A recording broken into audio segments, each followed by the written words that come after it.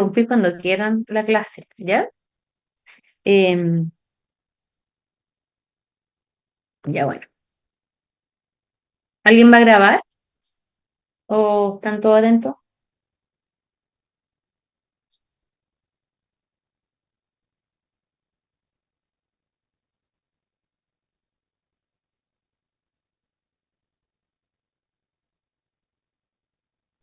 ¿Profe, puedo grabar la clase? Sí, por supuesto. ¿Quién me dijo para ponerte como coanfitriona? Yo, Bárbara. Ahí va. Bárbara Musa.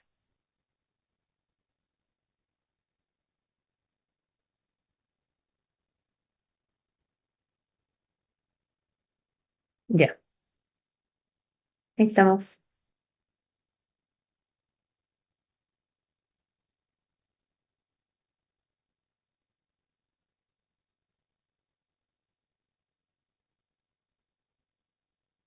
Ya, vamos entonces a comenzar esta clase que es de alteraciones del crecimiento y de neoplasia.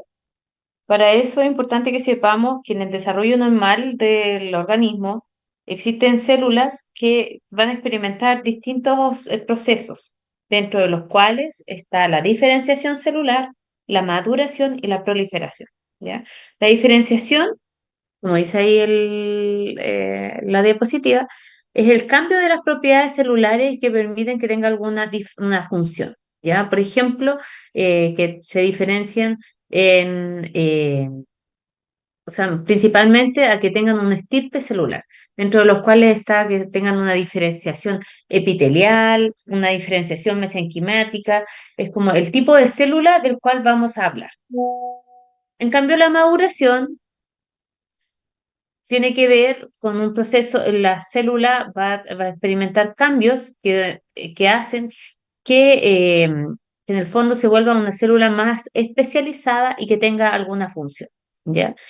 Y bueno, también proliferación, o sea, que la célula se reproduzca.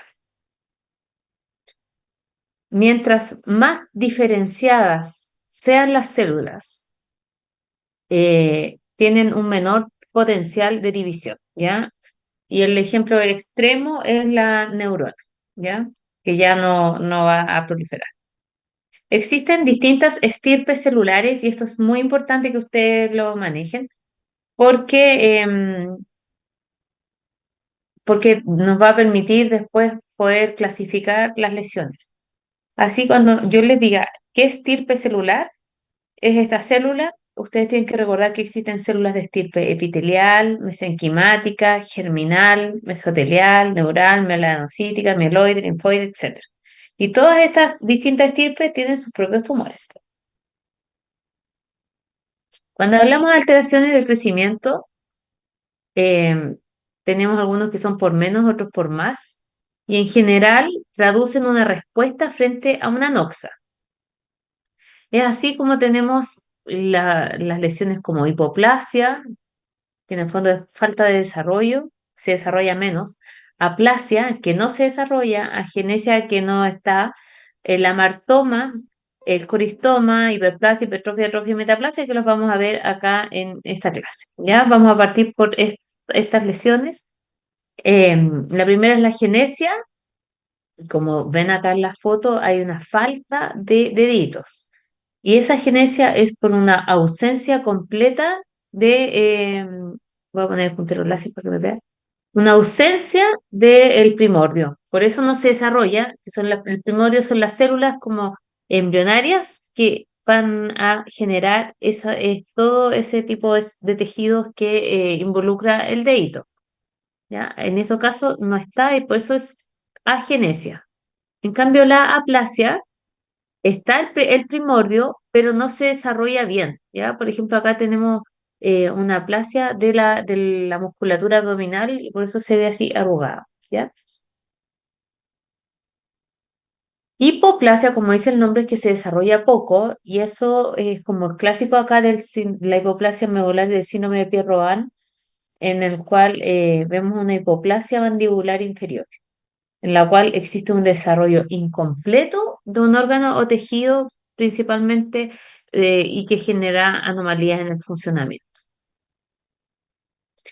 Los amartomas Son lesiones que se caracterizan por estar constituidas por tejidos del mismo lugar de origen, ¿ya? Y en general son asintomáticos y, por ejemplo, en el caso de los pulmones, son diagnosticados por hallazgos radiográficos. Esas son típicas preguntas de prueba. ¿Qué es una martoma? ¿Qué es un coristoma? El coristoma, a diferencia de la martoma, corresponde a tejido ectópico respecto al tejido normal donde se ubica. ¿Ya? Por ejemplo, en esta foto logran distinguir algo.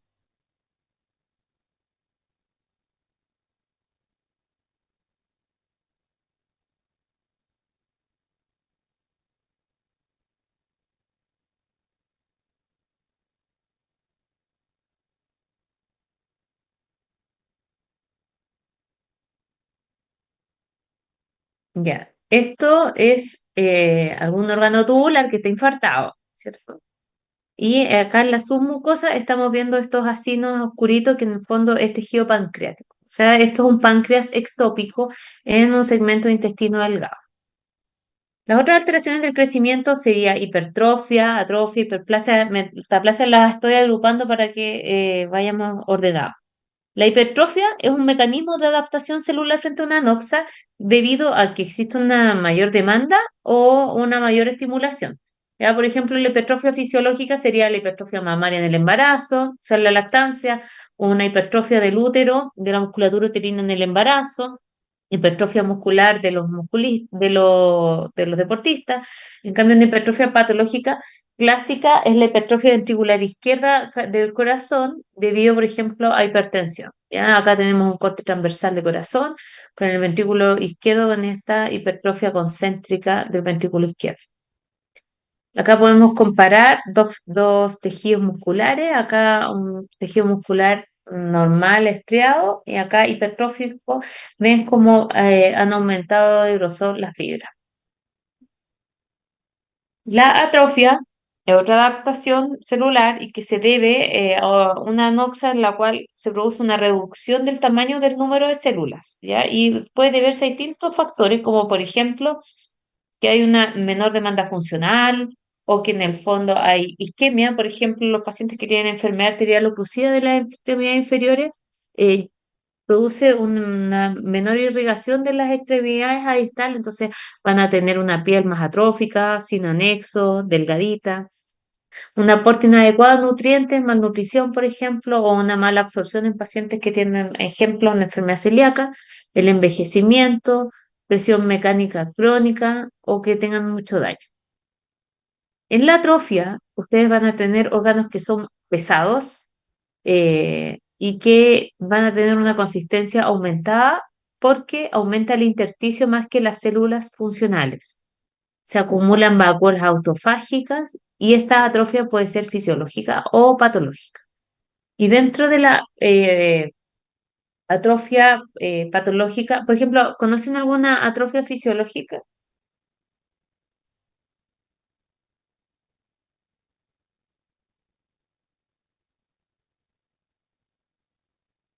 Durante la embriogénesis también se produce atrofia para para el desarrollo de los órganos y existe involución de ciertas estructuras como el ligamento redondo.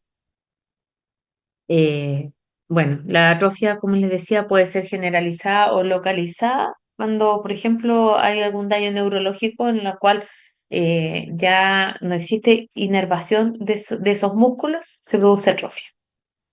Hay un ejemplo de una atrofia cerebral con un mayor tamaño de las circunvoluciones debido a una atrofia de la sustancia gris. O sea, vean acá cómo se ve un cerebro a la izquierda atrófico versus un cerebro normal. En este caso acá tenemos fibras musculares que están atróficas, aplastadas por otras que están hipertróficas. Otras fotos de fibras musculares atróficas hasta se ven como, hipercromáticas porque recuerda que son multinucleadas en la periferia. Hiperplasia se refiere al aumento de número de células de un órgano o tejido y que puede llevar aumento de volumen y se observa en tejidos que son lábiles y estables que son aquellos tejidos que pueden seguir replicándose, ¿ya? Las hiperplasias fisiológicas, aumento del tejido mamario, también por secreción hormonal, también pueden ser compensadoras en relación, por ejemplo, a una hepatectomía, y patológicas, como por ejemplo cuando hay un aumento de secreción de estrógeno circulante, puede producir una hiperplasia endometrial. La hiperplasia, esto es un ejemplo de un lóbulo tiroideo, en la cual ya no se ve rojizo, brillante, homogéneo, sino que acá se ve multinodular. Acá otro corte de una tiroides, ¿cierto? Que está como con múltiples quistes de aspecto coloídeo de distintos tamaños. Y en la histología estamos viendo que esos nódulos están constituidos por macro y microfolículos, o sea, folículos grandes y chicos tapizados por células foliculares normales. Acá tenemos más de lo mismo, ¿ven? Acá tenemos una tiroides que tiene distintos nódulos, o sea, tenemos un bocio multinodular y que alternan con folículos grandes, folículos chicos y que no están revestidos por células con atipia. Este es el caso de una próstata, en la cual la próstata se ve con múltiples nódulos de distintos tamaños y de consistencia debería ser común. Y en la histología estamos viendo estos nódulos constituidos por componentes epiteliales y estromales que se ven hiperplásicos. Aumenta el número de células. Metaplasia es una alteración adquirida de la diferenciación celular en la cual se produce un cambio que es reversible de una célula, de un tipo celular a otro que en general es de la misma hoja blastométrica, o sea, de un epitelio a un epitelio. Es más raro de que vaya de un epitelio a algo escamoso, a algo mesenquimático. Ejemplos de metaplasias epiteliales. Las más clásicas, por ejemplo, son las metaplasias escamosas, que pueden ocurrir en la vejiga, en el cuello uterino, metaplasias apocrinas, por ejemplo, en tejido mamario, metaplasias intestinales en pacientes que están expuestos a reflujo ácido, como es en el caso del esófago de Barrett, que se produce una metaplasia intestinal, y también, por ejemplo, una metaplasia antral.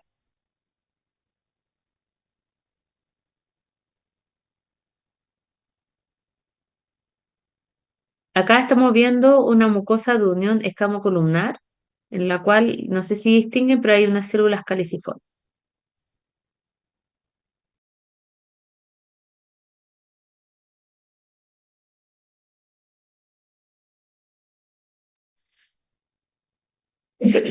Ejemplos de metaplasias, por ejemplo, que ocurren en el tracto respiratorio en pacientes que son muy fumadores, una metaplasia escamosa. En pacientes que tienen cálculos renales, en la pelvis renal se puede también producir una metaplasia escamosa. En la vejiga también la inflamación es crónica, la cistitis a repetición o la litiasis en la vejiga también puede inducir una metaplasia escamosa. En el endocervix también la inflamación crónica puede producir metaplasia escamosa o pacientes con inflamaciones crónicas pueden llevar a metaplasias tuboendometrioides y en el esófago el reflujo gastroesofágico, el esófago de Barrett. Así ven que hay múltiples metaplasias que pueden ustedes observar. Esta es una mucosa de unión escamocolumnar, en la cual vemos que parcialmente está revestido por epitelio escamoso con adecuada maduración y a nivel del epitelio columnar hay una metaplasia con células caliciformes. Eso es lo que se llama esófago de Barrett. Acá estamos viendo una metaplasia ósea en un tejido fibroso que ya tenía larga data de inflamación, ¿ya? Entonces, esto se llama metaplasias óseas. ¿Alguna duda hasta el momento? No, profe. Ya.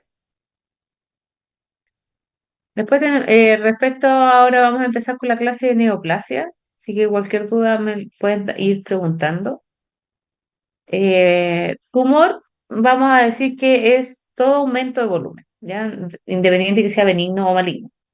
Y cáncer es una palabra que se deriva de la palabra cangrejo y que en el fondo es como la forma como va atrapando el cáncer, ¿ya? Una neoplasia maligna. Ahora, en general, existen muchos tumores, entonces no es bueno usar cáncer para, eh, para todos, porque en el fondo todos tienen un pronóstico y distintos tratamientos, así que es mejor hablar con la nomenclatura adecuada, como por ejemplo por estirpe, ¿ya? Así, existen tumores que son neoplasias malignas de estirpe epitelial, y esos se van a llamar carcinoma cuando es de origen epitelial. Y si estos son de epitelio escamoso, se llama carcinoma epidermoide o escamoso. Y si forma glándulas, está el adenocarcinoma. ¿Ya? Sarcoma es cuando la estirpe maligna es mesenquimática. ¿Ya? Entonces, está osteosarcoma, condrosarcoma, angiosarcoma, liposarcoma, ¿ya? Dependiendo de cuál es la célula de origen. El daño genético, en general, es lo que va induciendo en una célula que vaya acumulando mutaciones y vaya generándose la neoplasia, ¿ya? En estos casos, los daños que se van produciendo no son letales, pero sí inducen mutaciones que hacen que se seleccione un clon que va a proliferar y que va a ser el responsable de la neoplasia, ¿ya? En la carcinogénesis, entonces, vamos a tener distintos factores dentro de los cuales están los protooncogenes que van a favorecer la replicación de estas células neoplásicas, genes supresores de tumores que se van a inactivar, entonces la célula pierde sus controles de proliferación porque también se alteran los genes que regulan la apoptosis. Las células tienen genes que las ayudan a regularse en caso de que no, o sea, no puedan seguir viviendo. En cambio, en la neoplasia maligna, lo que sucede es que se inactivan los genes supresores y también los que regulan la apoptosis, entonces las células se vuelven inmortales y además se alteran los mismatch repair, que son los genes que reparan el ADN, ¿ya? Y como se anulan esos genes que reparan el ADN, siguen proliferando células con alteraciones nucleares, ¿ya? Y se produce toda esta inestabilidad genómica causal de la célula neoplásica. Entonces, tenemos las células que van a tener un ambiente o alguna lesión reiterada en el tiempo y hacen que esta célula normal, cuando hay una reparación adecuada del ADN, la célula puede volver a su estado o puede irse a la apoptosis, regular su crecimiento. Pero si es que hay un fracaso en la reparación del ADN, además se asocia a mutaciones hereditarias, va a producir mutaciones en genes de las células somáticas. Y ahí se van a activar los oncogenes, se inactivan los genes supresores de tumor y se alteran también los genes que regulan la apoptosis. Eso es lo que estábamos comentando respecto a, a las características del cáncer, ¿ya? Así, la célula va a proliferar sin límites de proliferación y se van a seguir perpetuando la proliferación de células neoplásicas con expansión del clon mutado, ¿ya? Además, para sobrevivir, se produce una inducción de la angiogénesis y la célula trata de evadir la inmunidad, porque recuerden que además los linfocitos T están encargados de reaccionar frente a a las noxas para poder eliminarlas. En las células neoplásicas en general tratan de evadir esos controles inmunológicos, ¿ya? Y así la neoplásica puede ir progresando y avanzando en invasión y dando metástasis.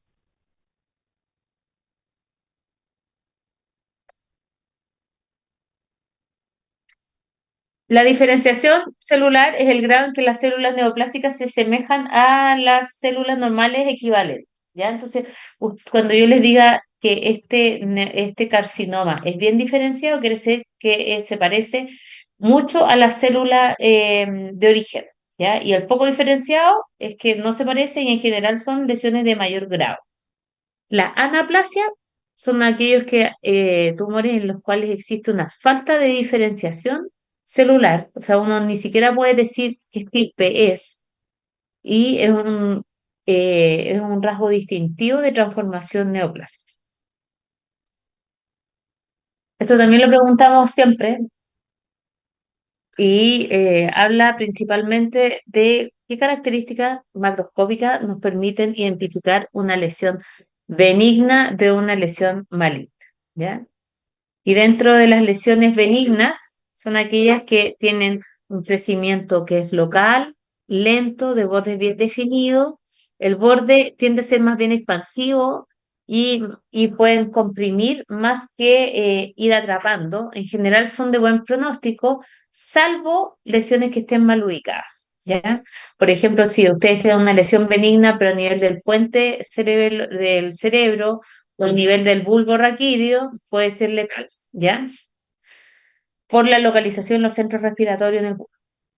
Las lesiones malignas son aquellas que tienen capacidad de metástasis. Tienen un crecimiento que es más acelerado, los bordes son mal definidos, son infiltrativas, destruyendo el tejido que las rodea, y el pronóstico es variable porque hay lesiones malignas que pueden tener un buen tratamiento, y hay otras que son francamente agresivas.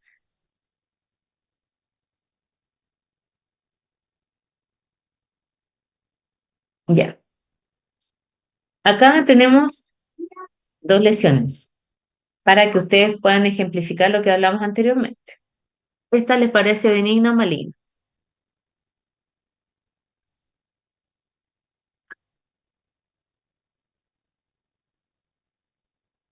Benigna.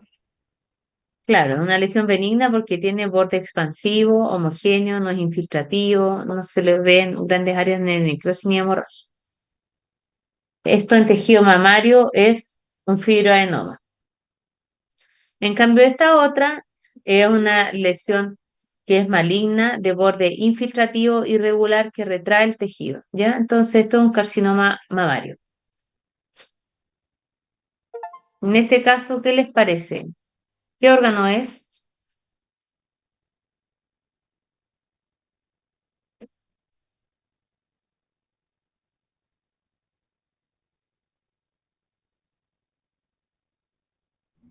Un útero. Ya, muy bien. ¿Y la lesión les parece benigna o maligna?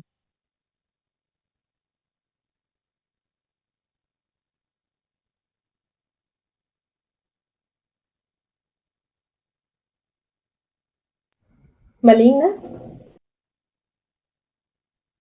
Claro. Vemos una lesión que es irregular, ¿cierto? Infiltra el cuello, entonces esto es un cáncer de cuello uterino. No tiene borde expansivo. Acá, nuevamente, ¿esto es benigno o es maligno? Esta es una foto histológica.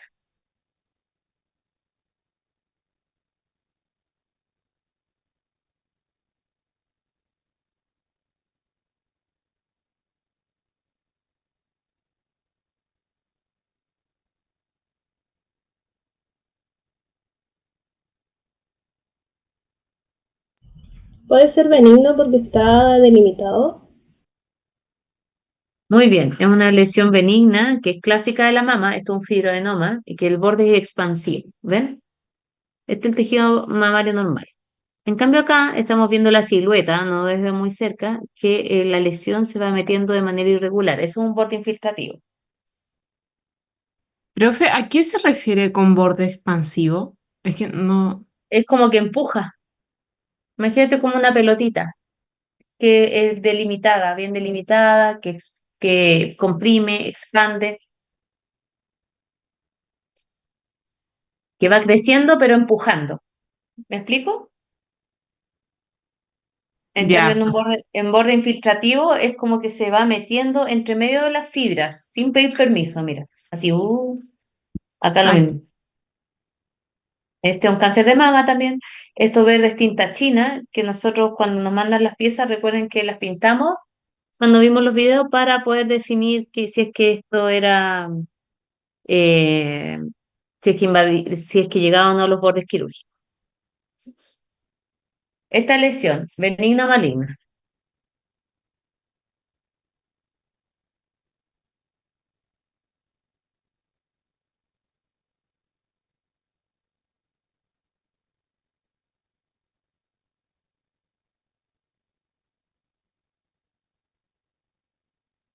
Benigno. Claro, son múltiples lesiones benignas, ¿cierto? Esto es un útero que está abierto y vemos lesiones nodulares de borde expansivos y redonditas, homogéneas como el mismo color, y que están ahí en el útero. Esta es la cavidad endometrial, submucoso, intramiometrial y subseroso. Y en la histología estamos viendo esta proliferación celular que es bastante monótona y que es de músculo liso. Por eso el nombre leyo de músculo, leyo mío, o sea, músculo liso, lesión benigna de músculo liso. Acá, por ejemplo, no sé si logran ver el corte, pero esto es miometrio y acá estamos viendo una lesión de borde expansivo de tejido muscular liso. Acá, esa de mayor aumento, estamos viendo que es una lesión que está caracterizada por haces fusos celulares que se entrelazan, así como que se van cruzando.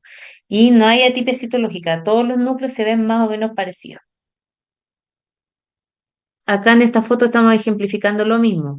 Lesiones nodulares de borde expansivo, homogéneas, acá con una lupa con menor aumento y cuando nos acercamos, esta proliferación muscular lisa sin atipia. En cambio, en esta es la parte maligna. ¿Por qué? Porque recuerden, miren, sarcoma, o sea, neoplasia maligna de músculo liso. Cuando se ve este corte histológico, estamos viendo que hay pleomorfismo celular, atipia, hay mitosis atípica, hay un desorden ahí. Acá otra lesión benigna, en la cual vemos un nódulo que es encapsulado, de borde expansivo amarillento, homogéneo, y que está constituido por tejido adiposo maduro sin atipia, es un lipoma. Entonces ya vimos características macroscópicas de una lesión benigna versus una maligna, y acá tenemos las características que son histológicas. Las características histológicas nos permiten diferenciar cuando vemos una histología entre una lesión que es benigna y otra que es maligna.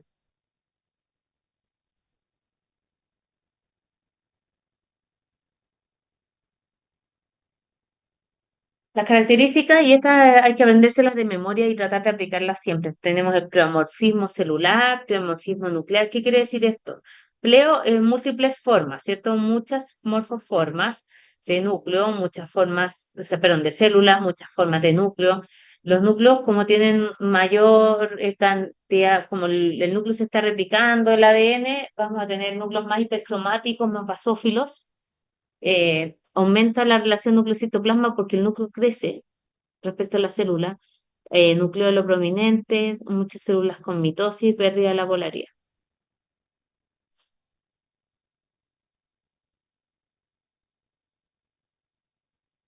Entonces, acá tenemos esta lesión eh, que es atípica, ¿cierto? O es benigna. ¿Qué les parece? Atípica. Claro, ¿por qué? ¿Qué es lo que estás viendo acá? Se ve un desorden, se ve hipercromatismo en algunas partes, también varios núcleos en cada célula, varias cosas. Muy bien, o sea, existe pleomorfismo nuclear, o sea, hay distintas formas de células, pleomorfismo celular y nuclear, hay hipercromasia, multinucleación, miren acá hay unos nucleolos prominentes, ahí hay otro nucleolo prominente, o sea, esa es una neoplasia muy maligna, y también alteración de la polaridad nuclear en los epitelios, o sea, Ven que hay un núcleo núcleos arriba, otros abajo. Acá vemos estas estructuras glanduliformes que tienen mitosis evidente, ¿ves? Ahí está metafase. Hay una pérdida de la polaridad nuclear, hay nucleolos evidentes. Y cuando hay una neoplasia maligna que además es infiltrativa, el estroma del huésped hace como una fibrosis alrededor y eso se llama desmoplasia. Esta lesión, benigna o maligna. Porque aquí la misión de la clase es que aprendan a diferenciar benigno, maligno y las distintas estilos.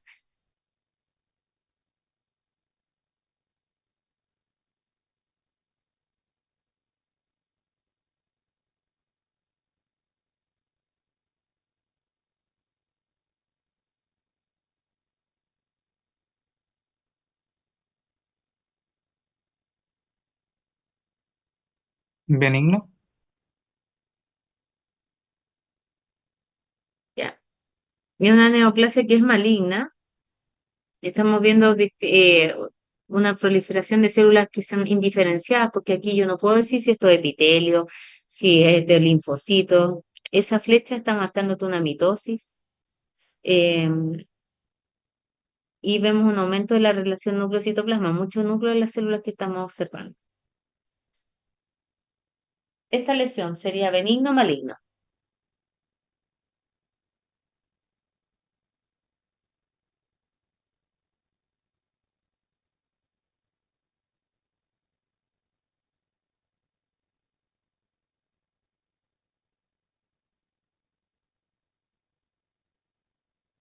Ya, es una lesión que macroscópicamente es maligna. Ven como este es el útero abierto, esta es la cavidad endometrial y este es el miometrio. Como que está dentro del lumen, pero también está comiéndose la pared del miometrio. Y en la histología vamos a ver esta formación de estructuras glanduliformes.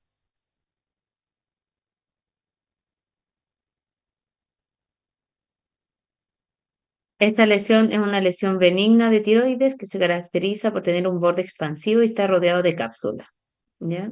Es una lesión de borde expansivo. ¿Ven que tiene una capsulita? Entonces, en esta foto podemos ver ciertas características que nos dicen que esta lesión es maligna. Esto, ¿ya? Vemos que hay distintos tipos de núcleos, anisocitosis, o sea, de células y de núcleos, anisocitosis, anisocariosis y además hay hipercromasia nuclear y nucleolos prominentes. Las neoplasias benignas pueden también comportarse de mala forma según el tamaño que adquieran y dónde estén ubicados, como les había mencionado. Por ejemplo, si comprimen vía aérea, pueden producir una obstrucción bronquial. Si poseen función endocrina, también pueden producir virilización, un Cushing. Las neoplasias malignas, al crecer por invasión, van destruyendo tejido y también, por ejemplo, un cáncer de tiroides anaplásico puede invadir la tráquea y ser muy agresivo. Las células pueden desprenderse y metastizar y producir masas separadas del tumor primario. ¿Dudas hasta ahora? No, profe. Ya. Entonces, además, vamos a ver varias cosas en esta clase. Una de ellas es las neoplasias intraepiteliales, que son lesiones que son precursoras y que ocurren a nivel de los epitelios. Estas pueden ser reversibles, pero ya tienen alteraciones, mutaciones dentro de su ADN y pueden curarse a través de la excisión quirúrgica. Esto es muy clásico de, por ejemplo, el cuello uterino, en mama, en vejiga. A nivel del cuello uterino se pesquisan con esto. Estos son extendidos citológicos que se obtienen del Papa Nicolau. Así es un Papa Nicolau normal y este sería un Papa Nicolau alterado, en lo cual podemos ver núcleos de distintos tamaños, hipercromasia, aumento de la relación núcleo-citoplasma. Y lo importante es que esto, por ejemplo, después cuando veamos genes van a darse cuenta ustedes entre la NIE1, NIE2, NIE3, cuando las alteraciones están todavía en el espesor del epitelio y no han invadido la membrana basal al estroma. Miren acá la diferencia entre el epitelio normal hacia la izquierda y este epitelio neoplásico, pero que está limitado a la membrana basal y que no ha infiltrado todavía, ¿ya? Acá con mayor aumento lo mismo, estamos viendo esta mucosa de unión escamocolumnar del cuello uterino. Hay una alteración de la maduración, porque esto no es normal en un epitelio escamoso, ¿cierto? Y acá epitelio glandular. Normal. Este sí epitelio es normal y este es el que está alterado. Ven que tiene una alteración de la maduración, hay hipercromasia, mitosis. Esas son células atípicas. Si esas lesiones no son extirpadas, progresan a cáncer invasor, ¿ya? Entonces, por eso uno habla que son lesiones precursoras que hay que tratar de pesquisar para poder evitar la progresión a una lesión invasiva. Ven acá hay una neoplasia intraepitelial que no ha traspasado esa membrana basal, en cambio acá a la izquierda ya estamos viendo que invadió, ¿cierto? Con esta formación de perlas córneas. Esto es la neoplasia. Entonces, el carcinoma in situ es el extremo de la neoplasia intraepitelial como antes del invasor, eh, en la cual tiene todos estos atributos de neoplasia y lo único que le falta es invadir. Y en los epitelios va a ocupar todo el espesor epitelial. Por ejemplo, este tejido glandular mamario, en la cual vemos un ducto que está dilatado por esta proliferación atípica de células, no es normal esta formación de estos puentes, es bastante atípica, ¿ya? Pero la membrana basal está intacta, no se ha perdido las células mioepiteliales que rodean los conductos, entonces esto todavía no es un cáncer de mama infiltrante, está limitado en los conductos. En cambio, acá estamos viendo dos componentes. Acá hay un componente intraductal, o sea, in situ, y a la izquierda ya invadió el estroma. ¿Se dan cuenta cómo prolifera? ¿Dudas hasta ahora, chicos? No, bro.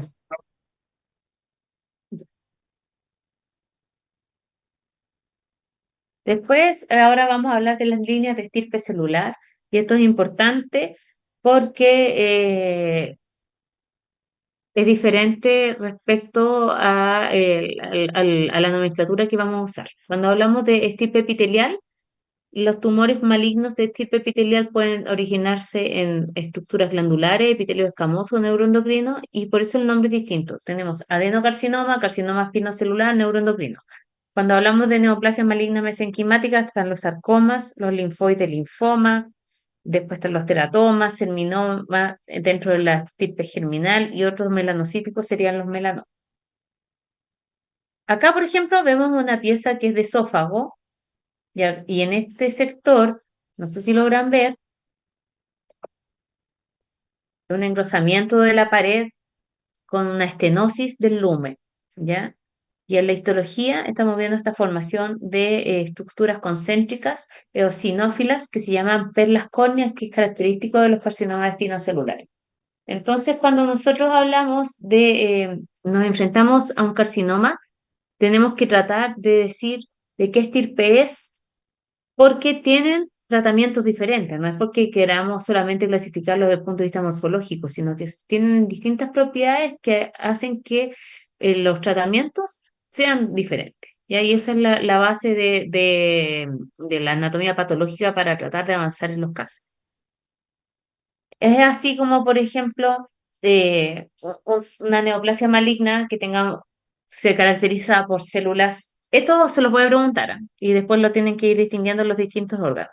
Citoplasmas amplios, con márgenes citoplasmáticos bien definidos, con espinas intercelulares, formación de perlas córneas y queratinización individual.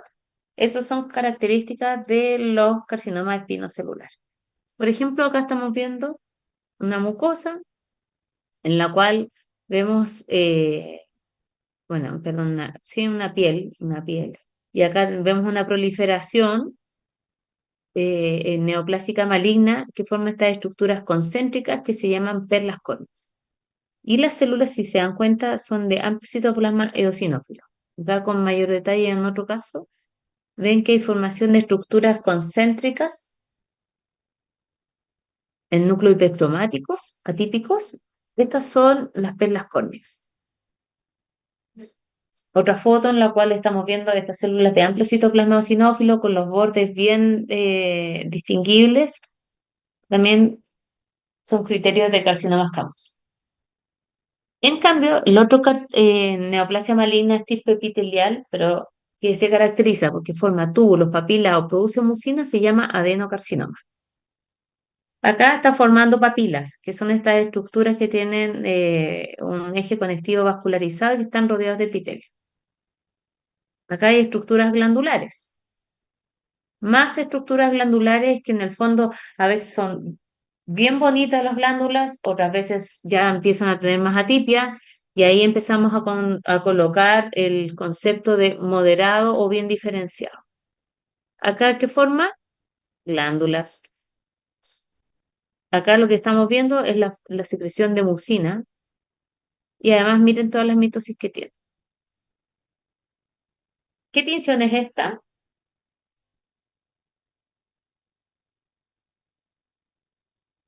Esta es una tinción de paz y que nos está mostrando que esta neoplasia maligna secreta mucina.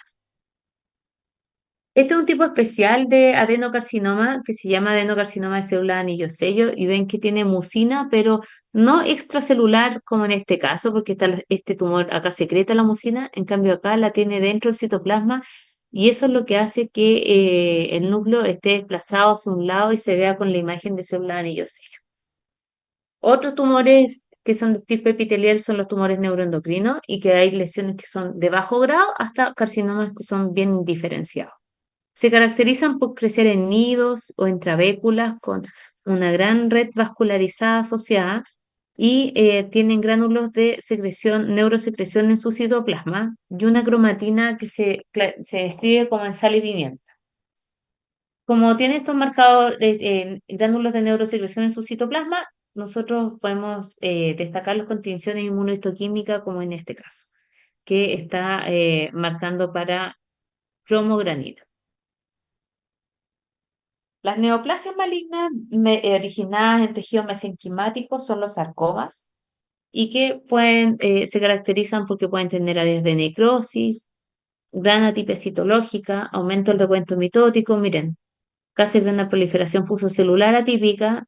Esto es una mitosis atípica que nos sigue las mitosis clásicas que sea metafase. Por ejemplo, esto es metafase, estos son mitosis aumentadas en número, pero típica. En cambio, esta es como un asterisco.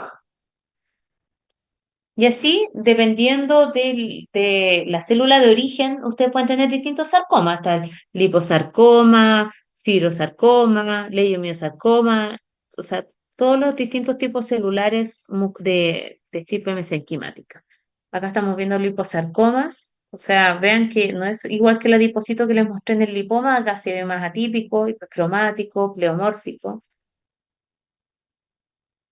Esta es un osteosarcoma, o sea, un sarcoma del hueso. Ven acá cómo estamos en este fémur con esta lesión que rompe la cortical y que está constituida por tejido óseo con mucho osteocito atípico.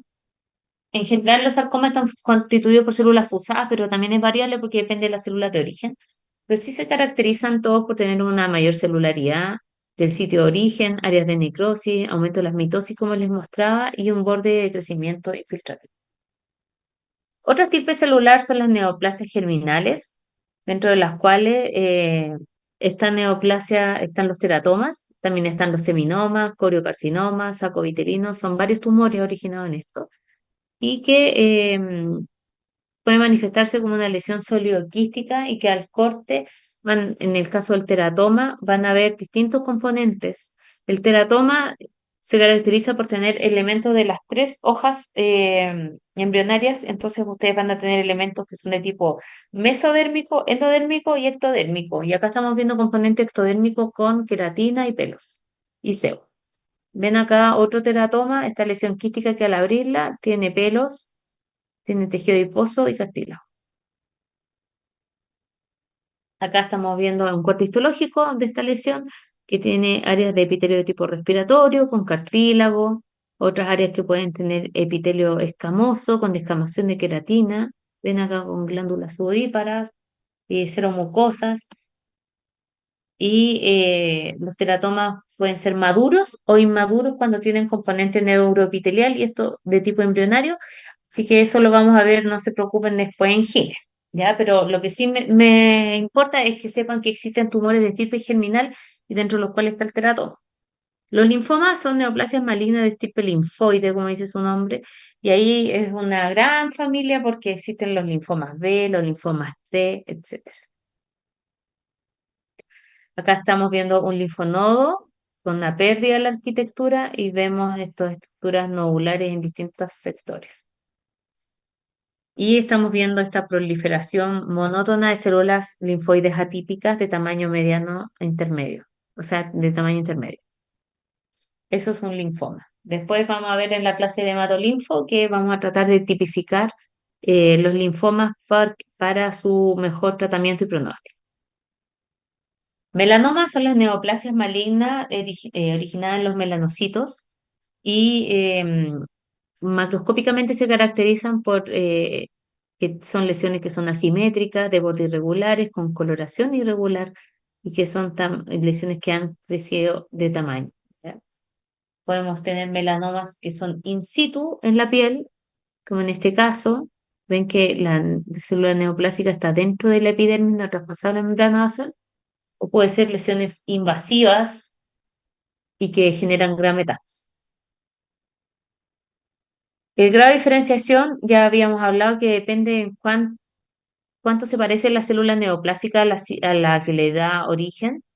Entonces tenemos lesiones que son bien, moderadas o pobremente diferenciadas, hasta anaplasia que es el extremo de lo indiferenciado, ¿ya? Em,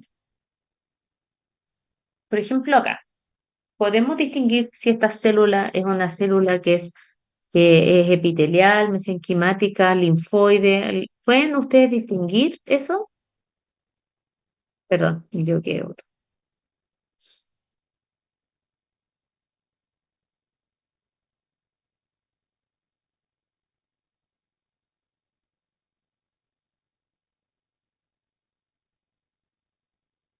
No, no está fácil distinguirlo. Entonces, cuando nosotros nos topamos frente a estos tumores, nosotros les hacemos estudio inmunohistoquímico para poder avanzar en tipificar qué estirpe es, ¿ya? Porque tienen tratamiento diferente. En cambio, esta es una lesión que es bien diferenciada porque forma estructuras tubulares. Acá menos diferenciada, o sea, moderadamente diferenciada porque ya las glándulas empiezan a juntarse unas con otras y formar estructuras creiformes. Y esta es otra lesión que es pobremente diferenciada porque acá ya no está formando nada. Nuevamente vamos a tener que recurrir, al igual que en esta foto, a la inmunohistoquímica para poder decir qué tipo de tumores, qué estirpe. Acá está, esto más grisáceo y grande son las células neoplásicas que tienen una gran reacción linfoide asociada. En este caso, en esta foto, podemos sí distinguir qué cosa es. Estamos viendo perlas córneas, ¿cierto? Con este disqueratocito. Esto corresponde a un carcinoma escamoso. Una neoplasia maligna puede diseminarse de distintas formas, invadiendo localmente o irse a través de los linfáticos, por los vasos sanguíneos o a través del peritoneo, que es la vía transelómica, ¿ya? Y la invasión local es cuando es en sitios contiguos, ¿ya? Como por ejemplo de un tumor óseo al canal medular, un cáncer de mama a la grasa al pectoral también puede irse, ¿ya?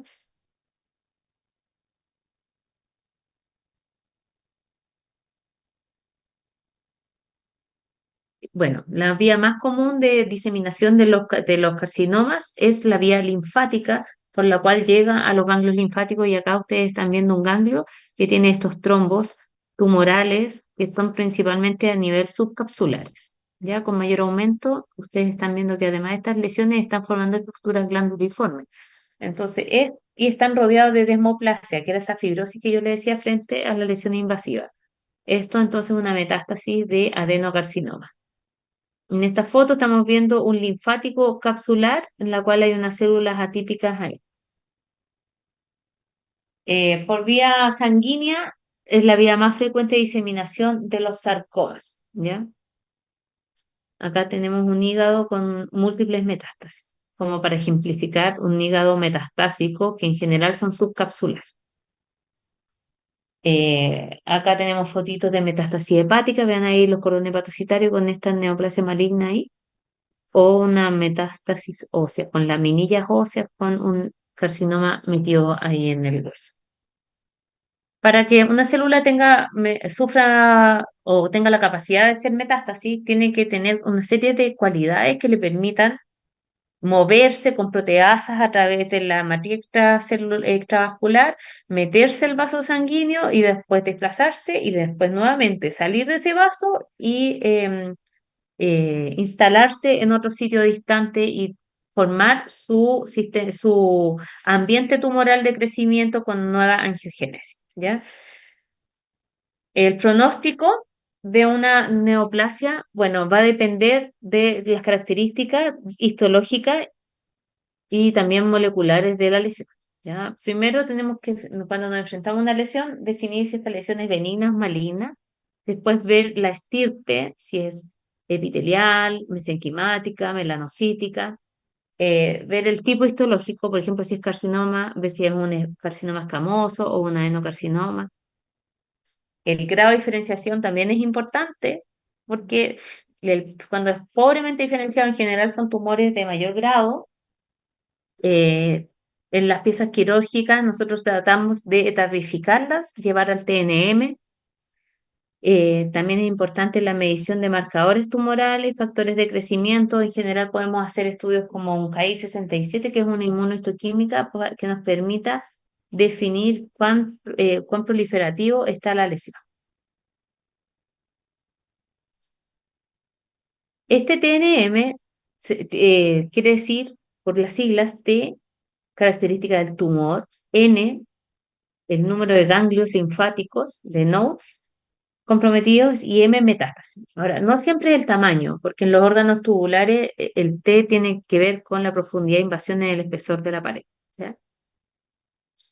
Y así nos permite etapificar con el N y el M, llevarlo a un estadio que a los clínicos les importa para ver el tratamiento y también pronóstico.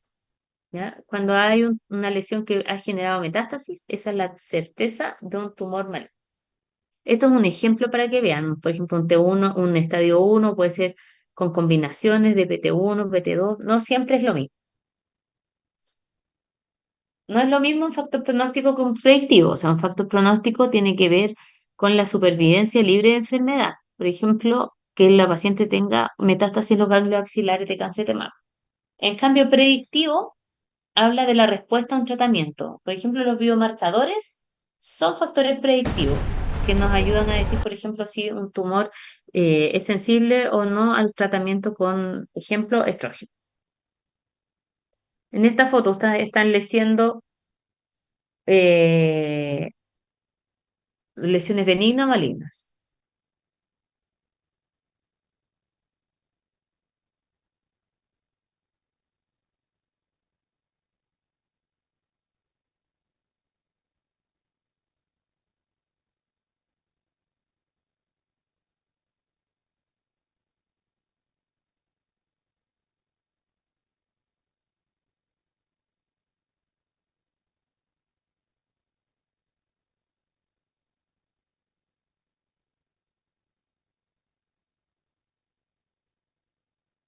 Bueno, esta es una lesión maligna, ¿ven? Acá estamos viendo tejido colónico normal y acá estamos viendo una neoplasia maligna que forma estructuras glanduliformes, atípicas, infiltrativas.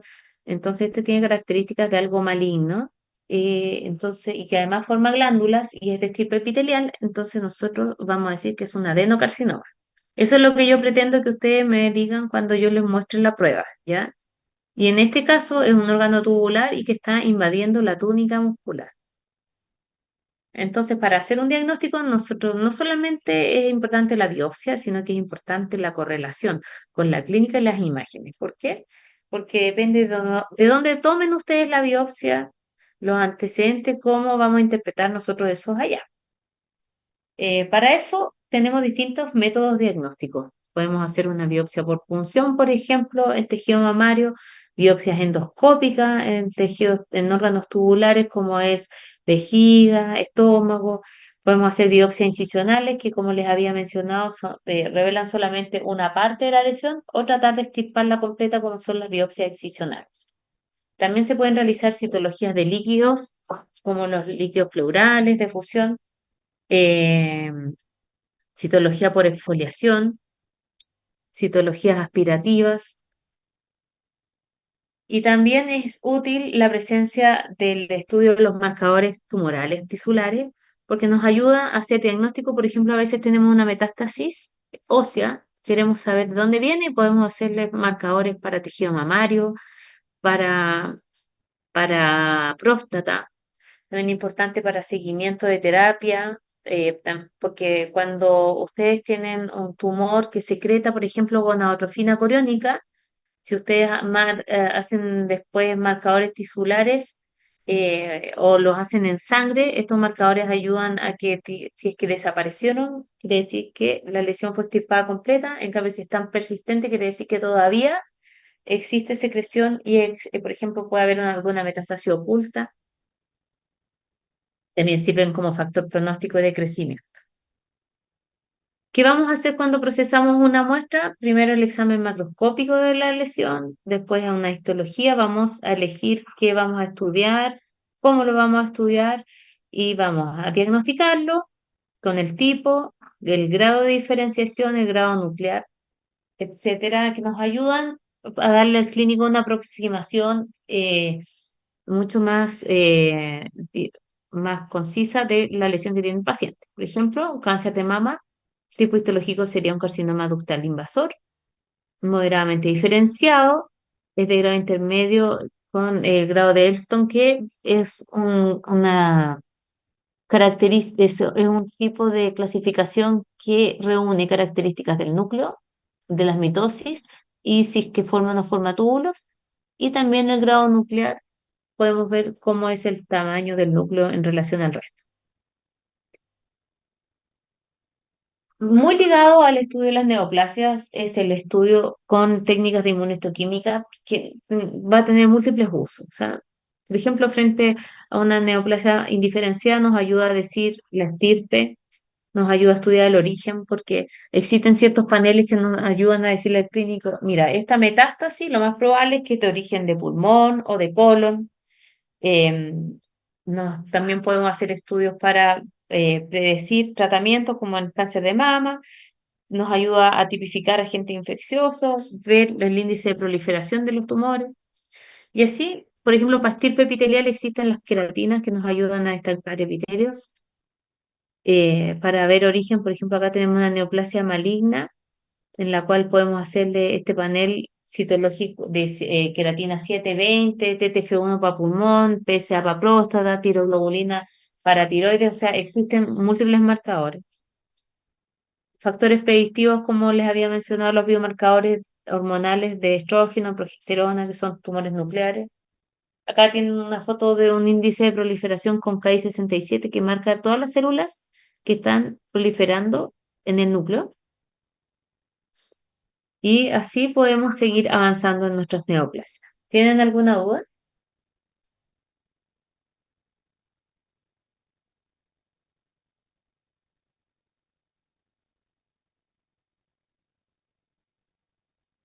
No, profe, por acá no. Ya, No hay dudas. ya súper. Entonces, en este ejemplo, esto es un informe de biopsia, ¿ya? En que le van las características del nombre, edad, RUT, todas esas características del paciente, de dónde es la muestra, los antecedentes clínicos, y vemos que nos mandan un segmento de intestino grueso de 27 centímetros de longitud, que se acompaña de 20 de tejido adiposo, y la serosa como está, y vemos que vamos a describir la lesión, que es un tumor exofítico estenosante, ulcerado, excavado, de 10 por 8 centímetros. Imagínense ese tremendo tumor. Y que está ubicado a 3 centímetros del borde distal y a 13 centímetros del borde proximal. ¿Ya? Esta lesión, al hacer el informe histológico, ¿qué dijimos que importaba? Primero, adenocarcinoma tubular. ¿Eso es benigno o maligno? Maligno. Ya, claro. Entonces, es una neoplasia maligna de tipo epitelial que forma glándulas, ¿ya? Que tiene un grado de diferenciación moderado. Importa eso, bueno, ahí está el tamaño y es importante eh, la profundidad de invasión. Ven que invade, las características que dice el informe es hasta qué capa infiltra, si es que tiene permeaciones vasculares, los bordes quirúrgicos cómo están, ¿ya? Y si es que los ganglios que acompañan a este colon tienen o no tienen metástasis, ¿ya? Todas esas cosas ven que es lo que conversamos en la clase y que es lo que importa en la biopsia. Entonces, ¿qué elementos son de importancia? Es lo que tenemos que tratar de rescatar. O sea, yo no pretendo que todos se sepan toda la anatomía patológica, sino que tratemos de buscar lo útil para entender los informes de anatomía patológica. Por ejemplo, en este otro caso tenemos una mujer de 55 años con un tumor ovárico con un CA 125 elevado y en la ecografía una lesión sólido-quística con tabique y contenido heterogéneo. ¿Ven? Acá tenemos esta lesión que es sólida, quística, con áreas de necrosis, de hemorragia y que en la histología forma estas estructuras. Entonces, por ejemplo, características macroscópicas que podría tener esta lesión, ¿cuáles serían?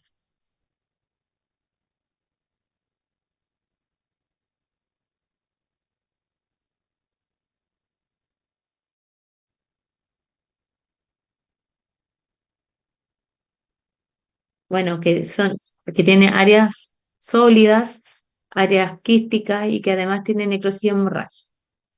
En este caso, tan poco participativo, chiquillo, ¿eh? ¿Qué sería la hipótesis diagnóstica?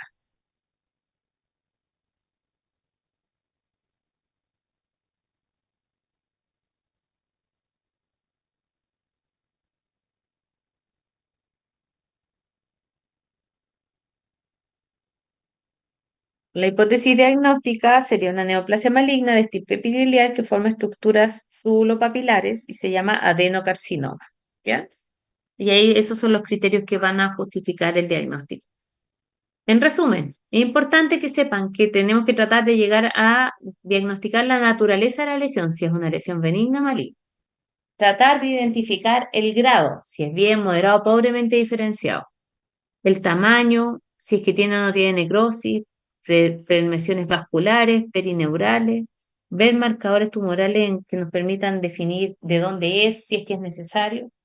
Ver el estado de los bordes quirúrgicos, que es fundamental para saber si es que hay enfermedad residual y cómo están los linfonodos asociados. ¿Tienen alguna duda, chicos?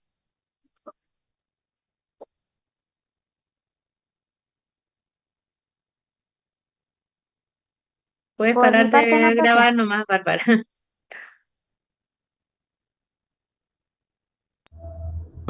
Vamos a volver a mostrar un carcinoma escamoso, un adenocarcinoma en cuello, la misma cosa, en cuello uterino, en piel lo mismo. Entonces, es importante que esta clase ustedes la puedan integrar bien para que después les ayude en el resto de la vida.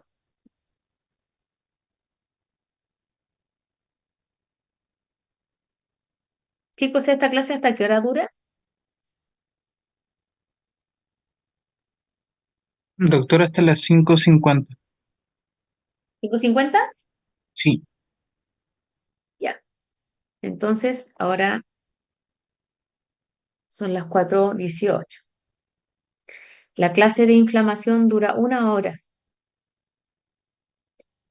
5:50 me dijiste, Alonso, disculpa. sí. Ya, entonces, ¿les parece que nos juntamos a las 5:30 para que ustedes vean con calma el video de inflamación y después hacemos como una consolidación de la clase? Ya, profe. Ya, doctora. Yo creo que es mejor hacer así como algo híbrido para que puedan mantener la atención. Ya. Ya.